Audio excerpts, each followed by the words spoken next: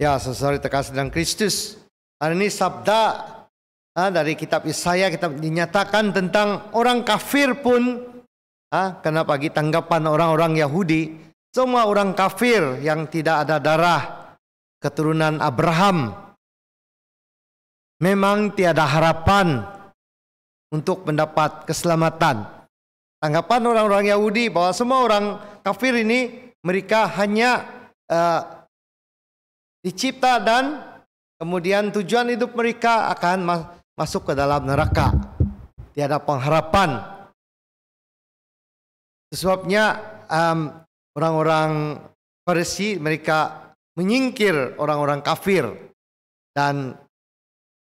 Tapi hari ini sabda Allah dari Nabi Yesaya ini beberapa kurun sebelum Yesus sudah menyatakan sesuatu yang baru. Kata dia, walaupun orang ini tiada tara pertalian sebagai umat pilihan Allah, umat Yahudi, anak pada Abraham, tapi mereka, kalau mereka percaya pada Tuhan, mereka mempunyai iman pada Tuhan, dan mereka menurut cara-cara atau langkah-langkah jalan kehidupan yang berkaitan dengan Tuhan, yaitu hidup kudus, hidup tanpa buat kejahatan dan dosa. Kata Tuhan sini, walaupun mereka secara darah bukan keturunan Yahudi, mereka juga akan selamat. Nah, ini satu pengajaran yang dalam Alkitab yang memberi banyak pengharapan. Artinya, saudari, walaupun kita ini orang pilihan, kita dibaptis, atau kita Yahudi, tapi kalau kehidupan kita tidak menunjukkan 3 aspek hidup Kristen itu, yaitu sebagai cahaya, sebagai ragi, dan juga sebagai lilin yang dibakarkan diri untuk melayani atau garam dunia, kita juga tidak layak. Walaupun kita sudah dibaptis dan lain-lain. Itu sebabnya dalam gereja menyatakan hidup kita akan dihakimi. Semua kerja kehidupan kita akan dihakimi dengan apa yang kita buat dalam kehidupan ini. Kalau kita buat kejahatan, kita akan menimba kejahatan. Tapi kalau kita buat kebaikan, yang menunggu kita adalah ganjaran surgawi. Dan saudari, Tuhan itu amat mengasihi dan Tuhan penuh dengan cinta kasih. Dan umat Kristen kita dipanggil mempunyai cinta kasih yang sama. Dalam visi desis kita mempunyai cinta kasih Yesus Kristus yang mendorong kita. Kata Santo Paulus, Caritas Christi urget nos dalam bahasa Latin. Yaitu cinta kasih, caritas, yang ditunjukkan Tuhan pada kita. Bagaimana?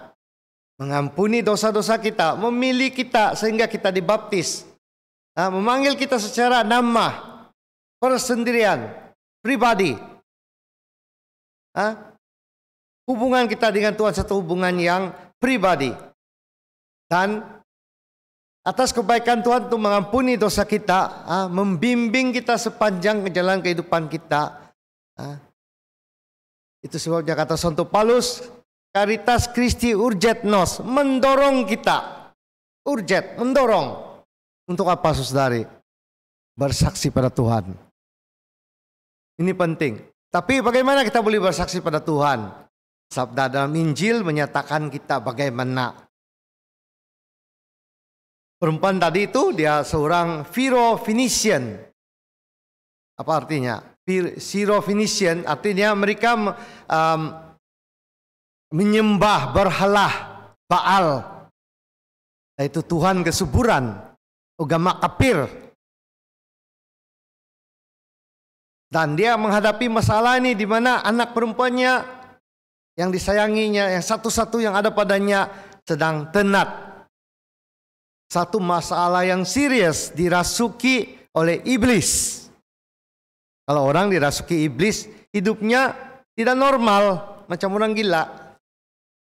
Dan kamu bagaimana kesedihan seorang ibu melihat anaknya itu yang macam gila-gila. Tidak normal. Histerikal, mungkin juga ganas. ataupun mungkin pingsan, tidak sadarkan diri, mungkin banyaklah masalah yang timbul dari kerasukan tuh. Tidak tahu kalau kamu pernah nampak orang kerasukan lah, memang menakutkan. Mata orang tuh pun merah, saya pernah nampak lah, merah dan ganas. Walaupun seorang gadis perempuan, suara dia boleh jadi garau, macam Rod Stewart. Garau. Sudah lelaki yang mungkin, tapi seorang budak perempuan dengan suara itu tidak normal. Dan dalam situasi ini ibu ini penuh dengan penderitaan, kesedihan, tidak tahu apa yang harus dilakukan. Saya percaya dia juga mendengar tentang Yesus. Dia mendengar tentang Yesus yang Yesus banyak buat mukjizat, menyembuhkan orang sakit. Itu sebabnya walaupun dia dari agama kafir itu, dia percaya bahwa inilah orang yang saya boleh taruh harapan saya. Kita lihat bagaimana caranya perempuan itu mendekati Yesus. Pertama dia katakan, Tuan, Tuan, Anak Daud, kasihanilah saya. Ini yang Tuhan, anak Daud adalah satu cara berdoa yang kita panggil doa hati ataupun doa dalaman. Yesus Putra Allah, kasihanilah seorang pendosa, yang kita ulang-ulang doa ini. Santo Paulus manggilnya doa yang tak terhenti-henti. Dan banyak bapak-bapak gereja pada kurun ke-6 di padang pasir, mereka menggunakan doa ini. Termasuklah sehingga hari ini banyak rahib-rahib. Saya percaya juga kita punya Sister Kamalait sini, mereka gunakan doa ini. Doa dalam hati yang kita panggil nama Yesus berulang-ulang. Dan karena pada awal kurun ke-6, bila bapak-bapak gereja ini memasuki padang pasir untuk bertarung dengan setan, mereka mencari dalam Alkitab satu formula doa yang paling berkesan.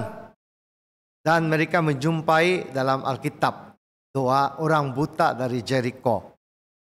Ya Tuhan Yesus, Putra Daud, kasihanilah seorang pendosa. Dan mereka telah menggunakan doa ini, mengaplikasikan. Karena doa ini kita membawa Yesus bertakhta dalam kehidupan kita. Dan mereka menggunakan doa ini 24 jam. Masa tidur pun mereka masih berdoa, hati mereka berdoa. Ini satu doa yang mendalam. Tapi kita lihat sini saudari, bila perempuan diminta tolong Yesus, apa yang dia katakan? Tidak baik kalau roti diberi pada anjing. Nah ini satu lagi yang penting. Orang-orang Yahudi menganggap semua orang kafir anjing. Termasuk orang Yahudi yang bekerja dengan orang-orang asing. Seperti kamu ingat Zakheus, pemungut cukai. Dia juga dianggap anjing orang Roman. Dan Yesus menggunakan perkataan yang sama. Tidak baik memberi roti pada anjing. Dan perempuan tadi itu bagaimana reaksi dia, perempuan Samaria itu. Perempuan kafir itu. Dia terus pergi pada Yesus, mengikuti dia. Berubah sudah, mungkin mula-mula dia hanya berteriak saya, Tuhan, Putra Daud, tolong saya. Tapi yang kedua kali bila dia sudah dengar itu sabda dari Yesus, dia tahu, dia dapat melihat siapa dia. Dia tidak layak. Dia seorang kafir, tidak layak minta tolong Tuhan. Tapi apa reaksi perempuan ini? Dia berlutut. Ini penting saudari dalam doa kita. Berlutut. Bila kita berdoa pada Tuhan, kita berlutut artinya benar-benar kita menaruh kehidupan kita pada Tuhan, berlutut di hadapan Dia. Satu tanda yang mendalam, dan ini adalah tanda kerendahan hati, humilitas. Dan apa yang terjadi? Bila Yesus panggil dia anjing, dia bilang benar, dia menerima, dia memang tidak layak, dia seorang pendosa, dia ini anjing. Dalam arti kata tidak layak. Tidak bersih. Dan dia rendahkan hatinya. Dan di dapat merendahkan hatinya itu, dia menerima hakikat, dia memang tidak layak. Itu sebabnya dia kata, benar Tuhan, tapi benar juga anjing-anjing pun makan sisa-sisa yang jatuh dari meja tuannya. Ini kata amat simbolik, tapi apa yang kita dapat lihat di belakang saudara-saudari adalah kerendahan hati perempuan itu. Secara jujur, dia meletakkan kehidupannya di tangan Tuhan itu. Nasib anak perempuannya di hadapan Tuhan itu. Dan apa yang terjadi? Hati Yesus tergerak. Dan dia mengatakan, besar imanmu ya perempuan. Besar imanmu. Terjadilah seperti kehendakmu. Dan ada lagi dalam Alkitab lain yang berdoa cara ini. Kalau kita ingat tuh orang Farisi memasuki dalam bait Allah, duduk di depan mengatakan, Tuhan saya syukur karena saya orang yang bagus. Saya kasih bayar zakat. Saya ini dan saya itu, saya orang bagus, saya tidak menipu orang. Bukan macam tuna atau pina itu di belakang. Pemungut cukai itu. Dan apa yang dibuat pemungut cukai? Dia berlutut, dia bilang Tuhan, dia tidak berani mengangkat muka dia ke langit. Melihat Tuhan yang mengatakan, kasihan dia, memukul dada dia. Saya seorang pendosa, ampunilah saya Tuhan. Dan sabda Allah mengatakan, orang ini pulang diperbenarkan. Karena dia merendahkan hati di hadapan Tuhan. Yang orang Farisi kosong saja. Pulang dia banyak perkataan yang dia muntahkan. Dia keluarkan sia-sia. Karena Tuhan tidak mendengar. Dan sabda hari ini saudari memanggil kita cara berdoa yang benar. Bila kita mau berdoa pada Tuhan, pertama kita harus mengampuni orang yang bersalah pada kita. Kita rendahkan hati mengampuni orang yang menyakiti kita. Dan kedua, kita rendahkan hati pada Tuhan, percaya bahwa Dia akan mendengarkan kita. Santo Paulus mengatakan, bila kamu berdoa, percayalah benar-benar yang doa kamu itu sudah didengar Tuhan. Bukan sebelah-sebelah hati, tapi kepenuhan hati. Yang saudari, marilah kita ikut cara spiritual Kristen, yaitu hidup dalam kerendahan hati. Itu jalan kita punya perjalanan iman kita untuk menuju pada kerajaan surgawi. Kerendahan hati yang pertama, kemudian kesederhanaan, simplicity, dan yang terakhir sekali adalah kepujian, di mana kehidupan kita yang mengikut jalan Yesus memuliakan nama Allah. Yang saudari, mari kita bersyukur, kita memasuki Ekaristi hari ini. Kita minta Tuhan supaya seperti perempuan Finisian ini, kita mempunyai hati yang penuh dengan, walaupun penderitaan, penuh dengan kerendahan hati, memohon Allah. Dan Dia pasti akan mendengar kita. Dalam Ekaristi ini, Yesus akan memberi tubuh dan darah pada kita, supaya kita ada Roh Kudus itu untuk membuat kehendak-Nya.